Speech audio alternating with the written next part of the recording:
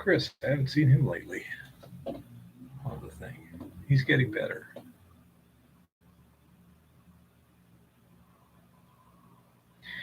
Okay. So let's see. Try it again. 10 seconds, 0 persons. Let's see how 15 seconds, 0 persons. I would expect somewhere around 20 to 30 seconds is when people would show up, would be my guess. We got 3 at 25. We got 30 now. Okay, 4 at 30 seconds. We have 4 people already. Hey, Jeff. Hi, Jeff. Good. Thanks for coming back. Yeah. I'm sorry. We're trying to get more hardware to make this. Yeah. In the near future here, it's Hey, Chris. 30 seconds. Okay. We've been back for 50 according to this. Don't we just have 4 people? Now we're down to 3. Yeah, I'm losing it. There's 4 again. Yes. It's hey, gold miner. I hope so. 1, 2, 3. She's got me charmed. How's that? 3rd time's a charm. Yeah, we're back. Yeah, it's a pain in the butt. This I don't know why. Hi, Rick. Let's see. Jeff, Chris, Goldmeier. That's 5, 6. 8 up there, don't you? Yeah. 7. It says 8. 7 of 8 have actually checked in by name. Cool. That's good. That's neat. Hello again, Thanks, Truth guys, Seeker. for coming back. We know this is a pain. I don't think so. I've checked the core temperature, and it's not above where it should be. And it immediately, if I just shut down, reboot, restart, it works fine. That shouldn't be enough time for it to cool off. No. It's probably some chip malfunctioning somewhere. You've spoken to Big Al Robertson of a fireside chat one day. Well, he's not too far from here. I'm not sure where he is. But he's in Montana he said he was somewhere. 100 miles from here the other day when I texted him something. He said he's 100 away. So you know that we have a mutual friend, right? Who? He is a caretaker on some land from a family in Tucson. Oh, cool. That runs a farm that I do kettle corn on during the summer. During the fall pumpkin festival thingy. Yeah. Yeah, that's cool. New stream. Who dis? It's Who Fred dis? the Evil. I'm the evil alternate universe twin of Keith Bowen. He's a really nice guy. I suck. Ask her. Oh geez, if we did that, we'd have to get like some black leather stuff or something. Remember in Star Trek? Yeah. Eva would never dress like that. She's just not the type. I have taste. Let's see. What's the next thing? Well, we kind of went over the right equipment on the right deal. Not a long enough sluice box. That's another one I've seen with bigger wash plants and that. You want to have time to get that gold out of get the separation. And I've seen guys with 6 feet of sluice box, and I'm like, on a full size wash box. Yeah. If you start running 15 yards an hour or something, you want to extend that sluice box out there. Give yourself 18 or 20 feet of sluice. With slick plate at the top to get separation before it enters the actual sluice. So you want 2 feet of slip plate, and then your riffle sections going down to maybe expanded metal further down on the box to keep getting separation in that water flow. And that's something that I've seen a lot of. They're running too much. They're too short of a box. We never heard back from Mohammed about that, putting a slick plate in the middle of his Sluice, 2 sluices, huh? Yeah. Well, we'll see. Have to see. Guys are out working. Yeah. I've got another tip for you too. If you have a regulator, don't volunteer anything. Okay. Answer all questions. Don't volunteer. Just be polite, helpful. And when he says, how many people are working here? 3. It's not 3 unless it's really busy on the weekend, which you can get up to 5. Don't complicate things. Always just give him the correct answer And the basic answer, don't make it complicated and don't volunteer anything. Well, it's 3 people, but no, or it's like it's 3 people. And, we got this thing over here that he didn't ask you about that thing over there. If you aren't talking about it, he's not writing you up about it. Right. Yeah. So the less you talk about, the safer. In dealing with MSHA, you let them ask the questions. Don't tell them anything. Yep. Let's see. We had got that. Jeff Bybee says, how deep should the water be in a sluice? Because Chris brought up. Ideally, I like to see it at least 1.5 inches over the highest riffle. So if I stick my finger in there, I want it to be past my knuckle. If I can touch the top of the riffle with my finger, I want to see, 1.5 inches to 2 inches of water over the top of that.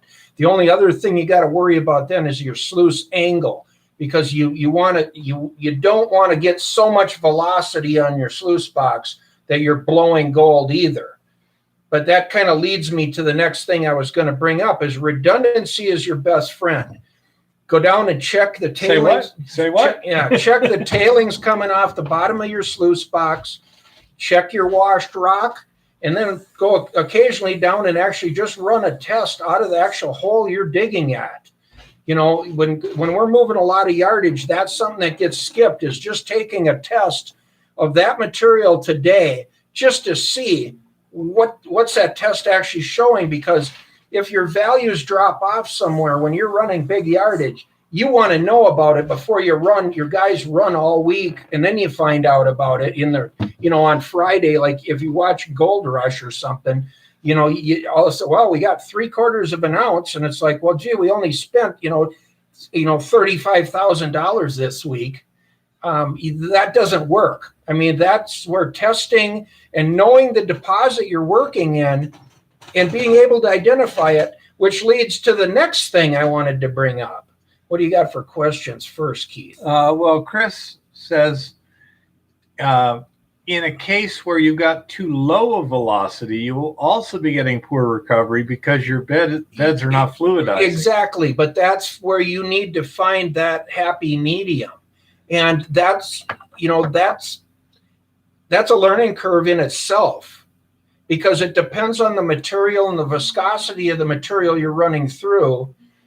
If there's more bigger rock or there's more clay in the deposit and things like that, you have to be able to adjust your sluice boxes accordingly for that deposit.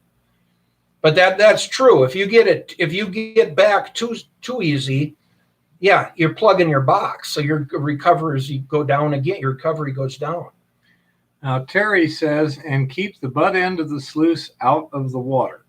In other words, it should have a drop into the pond. Yeah, it should. Yeah. What does that happen? It just so it can't start to back up. Well, if it does, right. If it does start backing up into the box, that changes the velocity of the box, because now it's hitting a gradient of water, obstructed water, and it'll back up in the box, and that'll carry gold out of the box too. Okay. And that's happened. Been there. I can see there, done that. My other. All right. Not mapping as you're mining, especially in a bigger operation. By doing them periodic test holes just on the stuff you're running daily, you can kind of map the deposit. And the more you know about the deposit as you do that, the more you can predict where to mine to or where not to, and what the opportunities of going up the drainage could be. And if you don't map what you're already doing, it can be a problem later on, because and I've been on some sites like this that the guys have been mining on these sites for 10 years, have no clue where the good ground was versus the bad ground. So in other words, they knew nothing about the deposit, even though they'd been there throwing gravel through a wash plant for years. They didn't understand their own deposit. And so that's a problem. I mean, that's a mistake, because the more you understand, the more you start to look at where the heavier gold is, and maybe some variation in bedrock and things that the guy on the hole isn't paying close enough attention to. Okay. Zioxio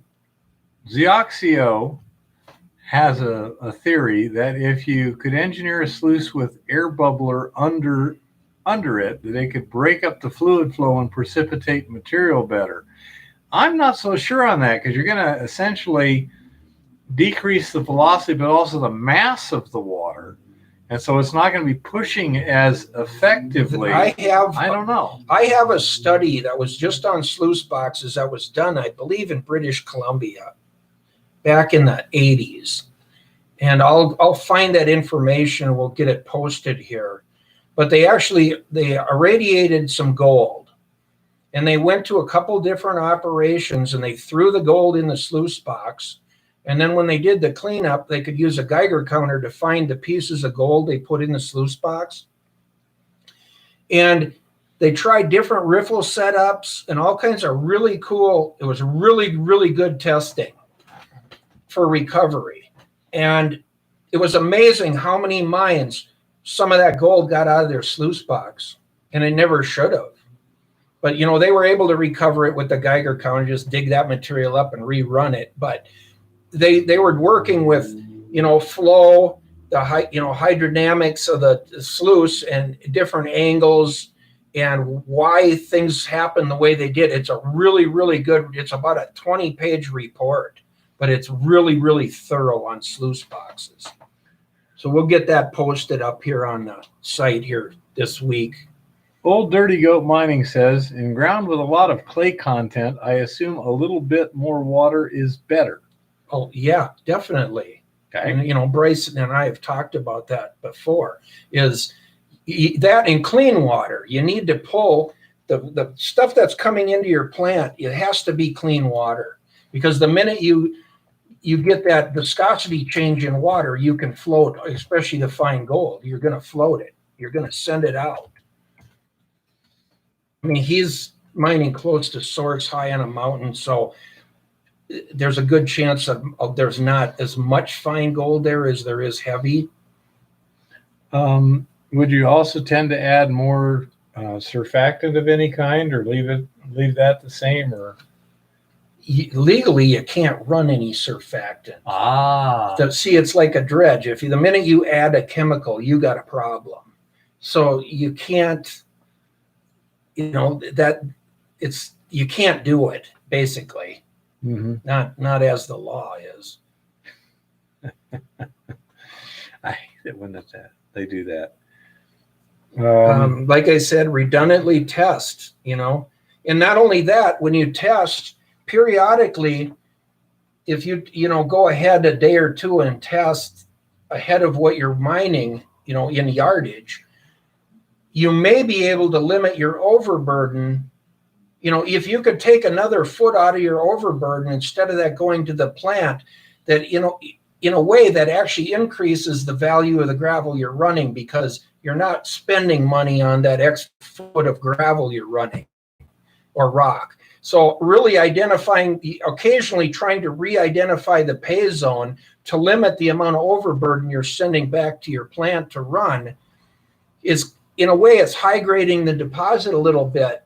But if you don't have to run that through the plant, that savings is probably somewhere in the neighborhood of $6 or $7 per yard you're saving by not running it.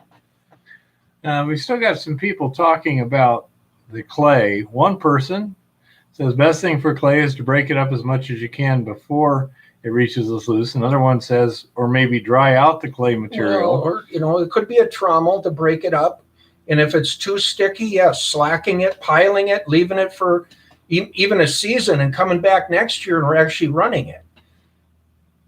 Slacking the clay works the best, really, but you have to be on a place that you can lock it up and keep everybody from pilfering your pile of gravel. Pilferers? Yeah. There are pilferers? Wow. Let's see. Chris likes to rerun the 1/4-inch minus with high clay materials. Yeah, that's pretty expensive. Well, yeah, on a small operation, you can do that. When you get to a commercial level operation, you don't want to be rerunning material that you should have washed it right the first time. And Forrest is like, clean water? You ain't from the desert. I understand that. And I get that also, but then there's some things that you can do, even if, let's just say your trench leaving your sluice box is a foot wide. Ideally, if instead of it going right into a little pond there and you're trying to pump it back, give it some distance, carry that trench out and back around and pump out of it at the far end. Make a horseshoe out of that. Instead of a pond, make a horseshoe. Because the more distance the water travels, the more that settles out before you repump it. And ideally, the more distance you got, granted, it takes a little more water, or you have to go to, 3 swimming pools in a row, kiddie pools or something. You have to do something to move the water enough times that it's fairly clear when you're pumping it back through your plant, or you're not recovering the gold that you should be recovering. I mean, and that's an easy test on a high banker, for instance. Take some of the tailings home with you and over the winter, clean them up and see how much gold you didn't get. I mean, maybe it didn't matter. Maybe it wasn't enough gold to really care. But when you take that into an economic level of mining, you might care. That little bit of gold could be 10 ounces at the end of the year that pays some huge fuel bills. Well, once you've already dug it, screened out the big rocks, processed it and this and that, a lot of times you can add something to the end, like an undercurrent sluice, and add very little actual operating costs. Right. Rick Jobling seems to think that pilferers make good target practice, not under current legislation. However, well, if you can bury them deep enough when you're done. I remember a time when rock salt was considered to be a perfectly appropriate procedure. And I'm not sure that perhaps it wouldn't be a better society if they didn't reinstigate that methodology of behavior modification. All right. Then I guess the last mistake that I've seen a lot on claims is, and this is an easy one to do for anybody, because you start out maybe with a small operation and, year after year, you try to increase and get bigger and do a little more and dig deeper and all that fun stuff. But they have no site plan. So eventually they got piles of dirt and rock all around them, and they don't know what's sitting on virgin ground yet. And they don't know, after a while you forget. It's fine it's fine when you just start. It's no problem. You can pile it anywhere. But after a few years of this, pretty soon they can't tell you what they mined, what isn't mined, how many piles are sitting on virgin ground yet. They start to lose track of the whole operation because they didn't keep a freaking little map every year of what they mined and where they piled everything. I run into that problem with the marker on buckets fading in the sun after time. So I try and arrange them in ways that makes it pretty obvious what they were. Right. But so a site plan, even it may sound stupid when you're just little and you're throwing tailings behind you and no big deal. But as you grow, if you've got a pretty good plan, maybe some GPS points of, okay, this is where we stopped for the season. And then the next year and a few years later, maybe there's a piece of ground you kind of went past or avoided because it seemed lean at the time. And, there was ground that we called lean 10 years ago that right now at $1,700 gold would have been mineable. But we actually just kind of left them. But if you didn't map that, you can't go back either, because it's like, I don't know. I don't know where we left off. Once the reclamation's done, it gets to be hard to tell after a few years is where did they quit mining and where did they, I also have a suggestion, and that is if you type things up and then email them to yourself or whatever, you can probably find them 5 years from now. If you've got a paper copy only, you might not. Depends on how good a record keeper you are. That's one of the things I'm doing with this project. I make reports and email them to the principal. That way, first of all, he's got a permanent record. You got a copy. But I've got a copy that I can't misplace or get stored on the cloud. Yeah, it's I've always got something there, and I can just go through it. It may be tedious, but I'll find it. On the other hand, I'm having problem. I am going to be putting in a desk this week, so I've got cubbies and things I can start sorting. It's getting a little bit ridiculous. I have a lot of paperwork. My main sorting thing is the floor, which is not the best in the world. Yeah, Blindside has returned to emails 8 years old for information. Yeah, and it's categorized by the name. This was Fred. So you just Fred, and boom, there they are. Yep. All right. The last bit of wisdom is never leave gold to find gold. If you once start in an area and you find some gold, continue to work that area, digging test holes and figure it out, and then work towards source. Don't work there and then next year go somewhere else and think you're going to find gold again. You're better off to, exploit the resource as you find it and try to figure out. I mean, if it isn't economic, then it's time to go find a different place. But don't leave gold to go find gold somewhere else because somebody said, oh, we got a big nugget over there. Well, what happens if you're in an area A, and you're doing okay, and then you wind up with information where you find out area B is vastly better?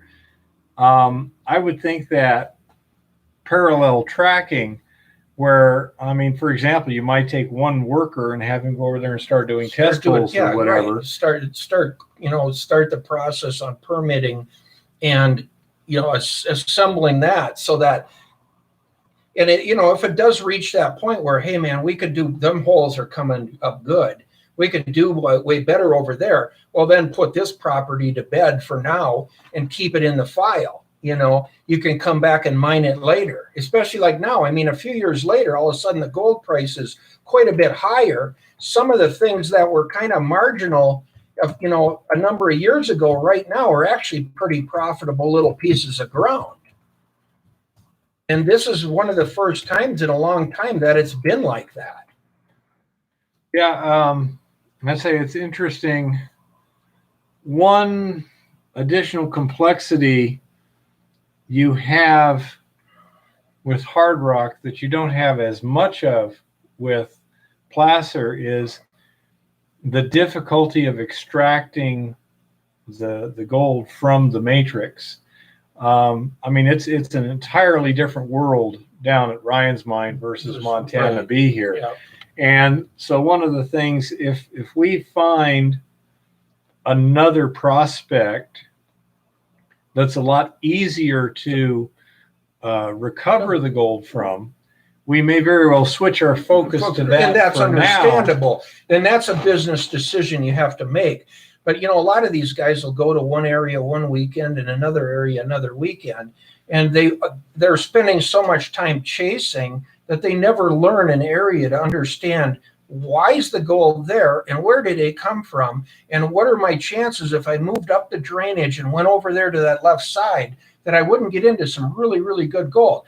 But the longer you're on an area or in an area, the more you start to understand what the possibilities are to recover some gold. Yeah, I'm really learning a lot. Guys that just jump around, they're all over the place. As a hobby, that's all fine. You get to travel and see new things all the time. But if you really get to work in an area, get to understand it, if you put your energy there to understanding it, you're going to consistently every weekend or whenever you're there, you're going to consistently pull gold out of the ground. Well, applying to hard rock, you need specific tools and techniques to recover the gold from the rock itself, which can vary enormously from one spot to another. But there's only a few general methods that work. Right. You've got gravity, you've got flotation, you've got leaching. There's a relatively limited number. Handful. So once you develop the tools and the abilities to use a particular technique, Now that's a tool you can use on every similar type ore down the road. And so it's Well, in your planning process, it's very useful to learn more. Yep. Your planning process isn't that much different than mine with placer. I mean, if you have a plan and you make sure you dot the I's and cross the T's in each step, it's not that complicated. It sounds complicated, but it's not. Well, And it's very it's so much fun when you actually are able to go, oh, yep, there's the gold. Here we go. You're there. Well, True Seeker brought up, he likes the idea of hard rock mining to possibly find the mother lode. I enjoy the psychological challenge of the complexity of hard rock, although at times I'd like it to be easier. That's why I actually had gotten into some hard rock, is because the opportunity to make some really good money, even if you only spent, X amount of weekends every year working on some little mine, if first of all you can test it and you have values, and then you start to do all the little steps to clean it up and stabilize it, and then you start working little by little and you can build on it, the opportunity is a longer season. Hard rock can have a lot more value than placer. I mean, you can be in a good placer, but that doesn't mean the next one you're in is going to be good. They're very inconsistent, depending on elevations and where you are on drainages and the drainage itself. I think in Lincoln said underground hard rock, it's the difference is the regs, less than placer mining. Not necessarily. I think he might be talking about like the disturbance type regulations. Yeah, some environmental. It depends on if your ore is leaving the mine or if you're processing it, and only taking concentrates out of the mine. Yeah, if you've already got an existing mine that has lots of area in it, then you can move a lot of stuff around underground. You could even set up a mill underground in many cases. If you had big open stopes to dispose of in, and you might even use it for ground support. But I think that's what he's specifically saying. Get a thumbs up. Yes, that's what he's saying. Okay. I think that's an idea that is underutilized. You have to understand that when you take rock from its original condition and then crush it up, it's going to expand. Yep. Kind of a rule of thumb, 1.5 to 1. And so as you go, you're going to be filling up more space than you're making. So you have to calculate that as you go. But you can use an admixture like cement and turn your tailings into ground support too. Right. They can be basically just backfilling an old part of the mine. Now, blindside, they still make you send in a mining plan, right? If there's no surface disturbance, there's very little regulation on a prospecting scale on the BLM. Yeah, once you're underground, the only thing they have control of is the surface. You own the minerals. Once you're underground, that's your ground. So it just depends on what you're hauling out. It depends on the size. Resort Dog says not until you disturb 5 acres.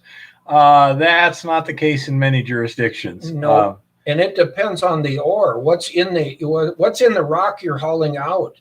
If you've got a lot of high sulfides or something, and you're dumping that over the side of the hill, it's not going to fly. Arsenic. Yeah, well, arsenic's a big one. I mean, that's almost a no-no, actually. But Australia is doing a lot of underground mining and processing underground now, and that's because their environmental regulations are about no better than ours right here in Montana. And what they found is, as long as they can do that, as long as the rock actually is never leaving the mine, the only thing leaving the mine is the concentrates going for final processing of the mineral. It's a pretty neat deal, but you have to have room underground to do it too. Stillwater's now processing underground? There's some mines that are doing it, and it's because of the environmental regulation. And it's a good idea. I mean, if you can keep that rock in its, same place that it came from, all your overburden rock and all your waste rock, why wouldn't you want to do that instead of bringing it up to the surface and dumping it down another valley somewhere? Yeah, so if you're going to have, if you're starting with a solid mountain, you're going to have to some move rock, something right? out Some of the rock ground. has to come out. I mean, if it's just country rock with no real mineralization or something for an adit or a tunnel, that wouldn't even be a problem. It's when you get into rock that has, sulfization or something in it, and maybe it's not even that highly mineralized for actually mining. You're going through it, but they don't want that on the top of a waste pile anymore. Yeah, it's getting. So you have to think, you got to figure out, chemically what's in your rock, what are you dealing with, and that's really going to determine your permitting and your bonding for the project. Is what are you going to do with all this stuff? Yeah, Resort Dog said, I want to sell my mountain to somebody who wants to dig a pit.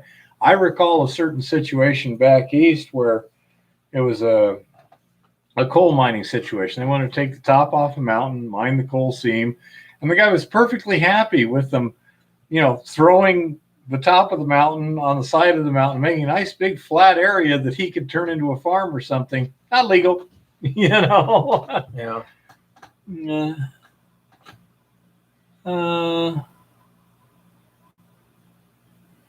Using the water that fills an old drift, is that reusing that water? To some extent, I think it would be. They might very well try and ascertain how much of it can move through the bedrock and this and that. Through the but water as long system. as it's not contaminating any other sources, I think you'd be in pretty good shape.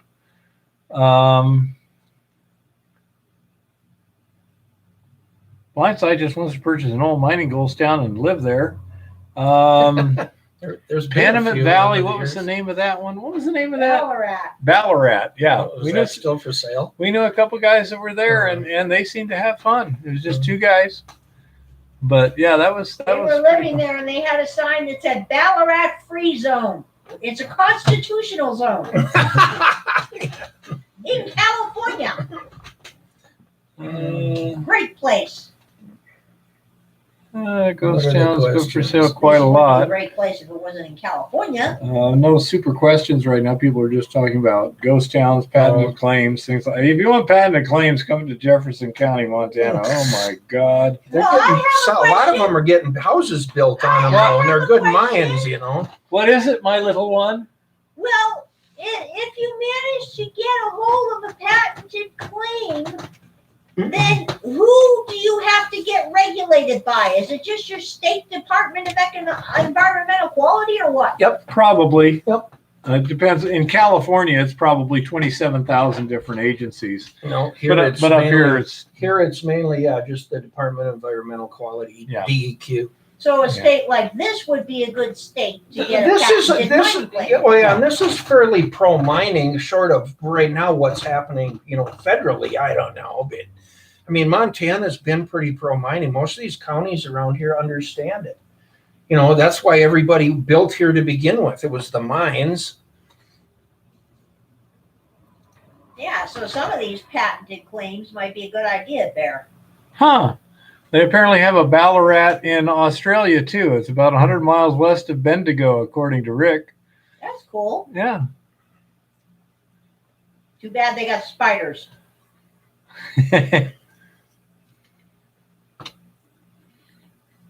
Chris Georgie says, nobody if you don't leave the patented ground or dump anything over your borders. Yeah. Well, no, that's not true. I knew a guy 2 years ago here, Chris, that was doing just a little mining, like 30 yards a day on his family's ranch back in the middle of the ranch. And DEQ showed up and threatened him with a $10,000 a day fine if he didn't file a $10,000 bond with them immediately. And they owned the mineral rights. They owned all the old mining water rights, and he was in the middle of his ranch. Well, private, and private. I think they're going to push a little too far here in the very very near future. And he had no choice but to bond a $10,000 bond to continue what he was doing. How did they find out? Somebody squeal on him? They flew over or satellite. I don't know. See, they use satellites now on a lot of this. They can just pull it up, current Google, and they can look right at it, operation. Rick Jobling says, Eva, they have spiders you can put a saddle on. I guarantee you, she would put an IED on one, maybe. Zioxia says the Black Butte mine here in Montana is all on private property, and they have tons of issues with bonds and other stuff. Yeah, and that's thought out really, really well, too. That's going to be a beautiful mine. When Memshaw forced regs on sole proprietors, it was changed. Yep. Extortion. Well, that's the idea. It's all about power and control. That's all it is. And, you have to wonder why we've even given authority, especially like finding authority and stuff, to some of these outfits that are only regulated to regulate as far as for health and safety, not to come out and write fines every time they show up. I mean, that's a problem.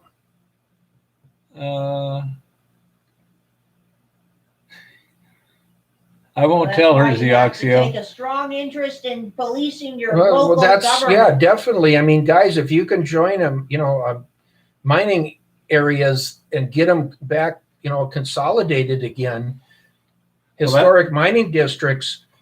There's some power within some mining districts that are outside of these rules and regulations. And there also that's the other reason you need to police your local and state government. Make sure that these people don't get in power in the first place. Well, they should have never had basically taxing authority in all these different levels. Oh, no, of course not. You got to go buy your dog back when the dog catcher gets it. And it's just gotten ridiculous. In Tucson, you know what they're doing now? You have to pay a fee to drop off an animal at the town. Right. So somebody's got to pay for it. And they make you pay a fee to use a live cat trap, etc. So people are just releasing their animals on the street. The stray animal population exploded when they did that. Yeah, well, that's government for you. Okay, I'm just going to have to check this out, guys. What? I think you're bullshitting me. What are they doing? I don't think the resolution is high enough. It's such a great project. Amazing. Yeah, it is. There are no spiders on the walls. Since you even knew. Yeah, well, the government has access to that satellite stuff. They can look at what you're doing. They can read the labels on everything. It's amazing. I've seen some of the stuff they're using. Earlier, there was one on the So they don't have to leave the office anymore to come and harass you until they're ready, because they can sit and watch you.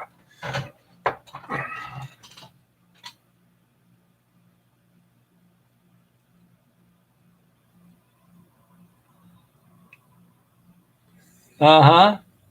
That would be funny, wouldn't it, Resort Dog? Nevada is proposing self-governed areas. They're thinking Tesla land, but if it's self-governing area, then they could maybe do mining districts and stuff like that too. Well, of course, they were actually looking at it for companies to make like company towns. And that's stuff. what Tesla's trying to do. Well, David, I can understand. I'm starting to get a little bit tired too, but everyone's having a good time talking now, so I'm going to hang in there until everyone burns out. Thanks for being here, though. Yeah. All y'all got to give me some things to research for you. What's that? Smoking Joking has a spider story that I won't read you. Go ahead. It was in Hawaii. They came home and then opened the door, and a banana spider ran across the floor so hard they could hear it. Oh, one of those bird-eating spiders. Okay. No, just a banana spider. She's already researched aggressive spiders, the Oxy. She can probably tell you their scientific names. She doesn't want to. Are there tarantulas in Arizona? Yes. Where are they? And they're aggressive. I think mainly in the southeast corner. They have them in the southwest also. In the desert areas, I think they're pretty much everywhere. But in the southeast corner, there's more of them, and they're, let's say, pretty common in the desert And areas. they're aggressive. Once you start getting in the higher elevations, I don't believe they're there.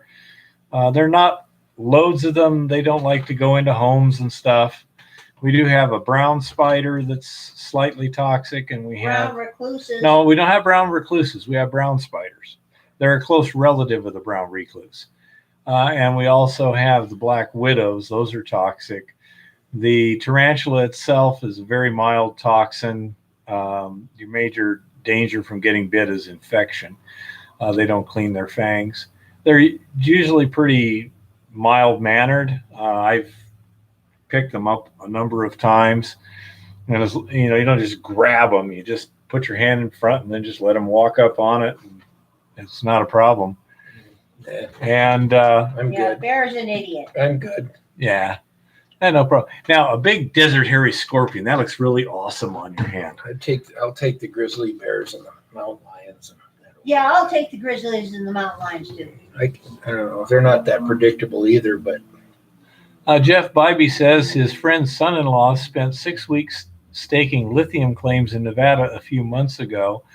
I wouldn't be surprised. I saw lithium claims by Ballarat down in the basically the Salt Lake, the dry lake bed there. Yeah. And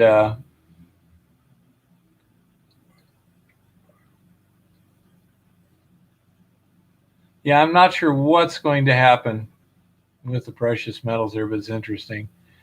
Forrest says there's tarantulas in southern Nevada, Pahrump, Vegas area generally, I guess.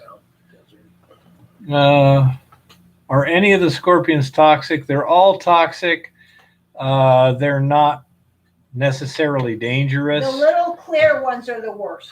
The ones the in big black ones aren't. the ones in Arizona, the smaller ones, the Centroides sculpturatus and the little bark scorpions, those are the most dangerous ones. The big desert hairy scorpions, those are about like a honeybee sort of thing. But it is an interesting sensation. It doesn't sting to me as much as a bee, but bees don't make my lips tingle and my feet itch. That was an interesting thing. That's apparently a neurotoxin. And they're fluorescent. Well, Zioxia says there's some cool skinks and newts in Montana. Oh, cool. yeah. Yeah. How about Yeah, snakes? every once in a while you tip over a rock and you'll see one. How about snakes? It's a little spotted. I know there's some snakes up here. They have We got rattlesnakes. rattlesnakes, I've heard. They're not, once you get over a certain elevation, though, like 4,300 feet or so, you rarely will ever see one. So most of this up here in the mountains, you don't see them. You're up high enough. But I don't think tarantulas actually jump, Lincoln. the Helena Valley. yes, here, they though, do. got Eva says they do. I sit corrected. If they are guarding their webs or guarding their egg sacs and you get too close to them, they will jump at you and they will charge at you and they will wave their feet.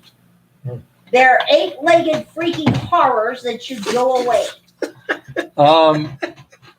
Zoxia says there's some cute hognose steaks in Montana, but I've never seen one. When we were in Idaho 2 years ago, we saw some kind of snake. Do you recall what it was, little one? On the road there? Up high. I think it was a black racer. Up high in don't the think it was a mountain, you'll racer. see some little brown sand snakes Hey, caught a occasionally. snake once. Like a and showed garden. it They to look me. like a garden Yeah. snake. Bear caught a snake with his bare hands once for me. Screw that. Yeah, it was up. I love snakes. It was in Idaho. It wasn't a poisonous snake. was The one nice thing around here, there's only two kinds of poisonous snakes west of the Mississippi. Well, west of the Rockies: rattlesnakes and coral snakes. They're both easy to identify. Yeah. So if it's not one of those two, now there is a caveat to that, and that's human beings. I had a friend, and she's a little unusual, but she's nuts. is really good with animals and such. And one time she was out on a walk and she saw a snake, and it wasn't a coral snake or a rattlesnake, so she picked it up and took it home.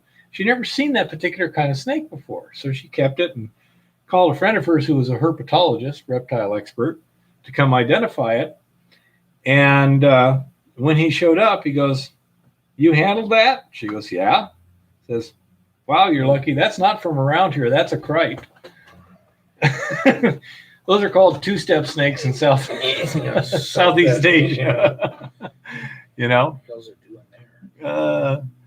So garter snakes are so smelly. I don't know about the garter snakes. Rattlesnakes sure are. Yeah, garter snakes are smelly, especially if they get a bunch of them under a concrete slab. Or Smoking Joking said rock climbing. Nevada guy got bit by a Mojave green. He did not make it to the road. Yeah. Well, that's why you put on a tourniquet and also ice down the site. Rattlesnakes will also charge you. I've never had a rattlesnake per se. A Mojave green, I wouldn't be surprised, or a sidewinder, which is technically a kind of rattlesnake. Those are the only two I've seen that were really aggressive. Most of the others are usually pretty mellow.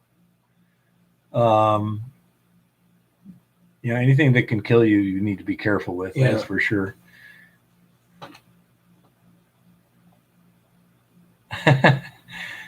Yeah, well, copperheads aren't that good either.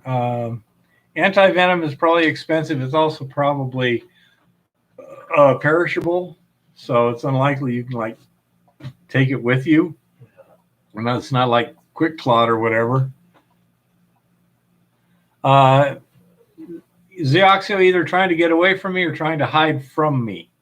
I've never seen a rattlesnake be aggressive. I have backed away from a sidewinder that was coming at me, and they can do about 6 to 7 miles an hour. So that was interesting.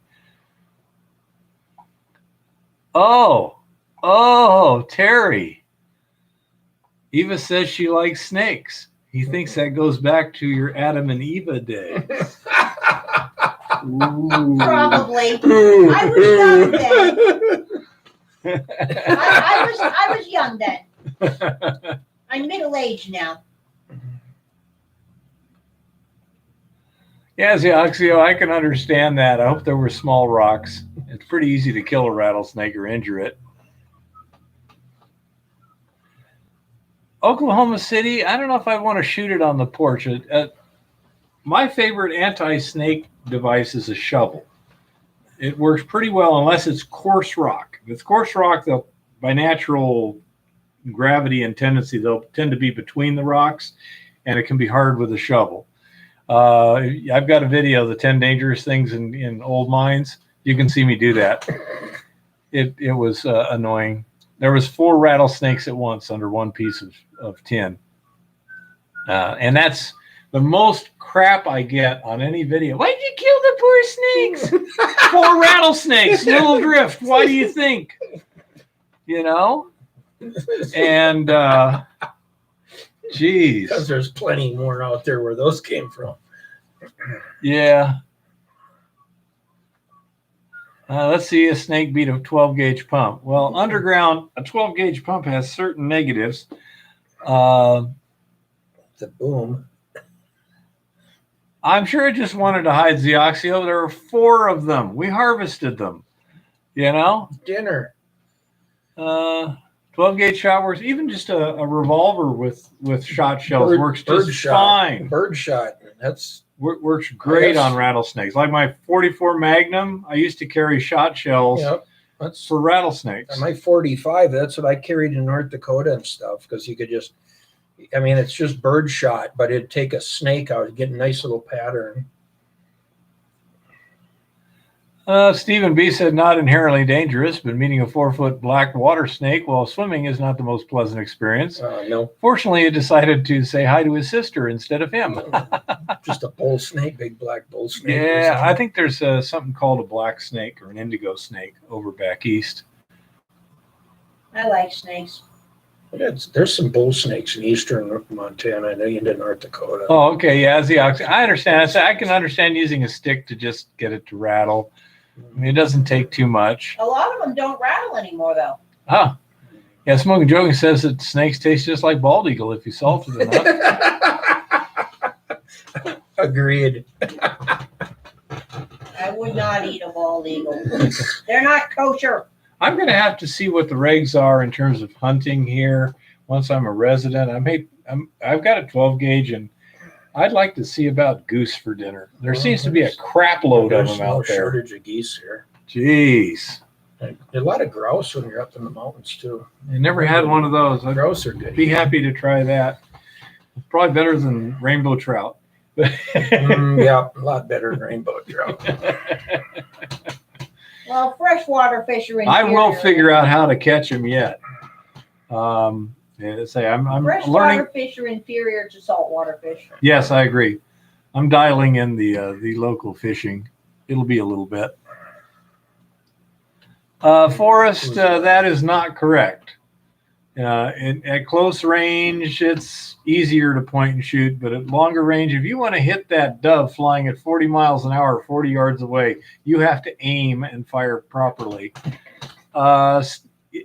In where I come from in Yuma, if you could down 7 or 8 doves with a 25 cartridge box of shells, you were considered to be a good shot. Okay, they are not easy. Spotted owl, they might be a lot easier, especially if they're sitting on a branch. Spotted owl. No point in shooting doves anyway. A friend of mine ran across a king cobra eye to eye hanging from a branch when visiting a tea farm in China. Well, that would be exciting. He'll never forget it. Yeah, that would definitely be on the list of I've petted a tiger once. supposed to be counter. Cobra, man, he is. Yeah. Screw that. Now, when we're out in the field, if there's a bear, you can read their and stuff. And the way to deal with them is look at them, but keep walking where you are. Yep. So you're basically saying, I see you. Right. I'm not afraid of you, Yep. but I don't want to fuck with you. Mountain lions the same way. Same As long way? as if you can keep eye to eye with them, they're not coming any closer. Because I hear now you're- mountain lion are very tasty. Oh, yeah, they're pretty good eating.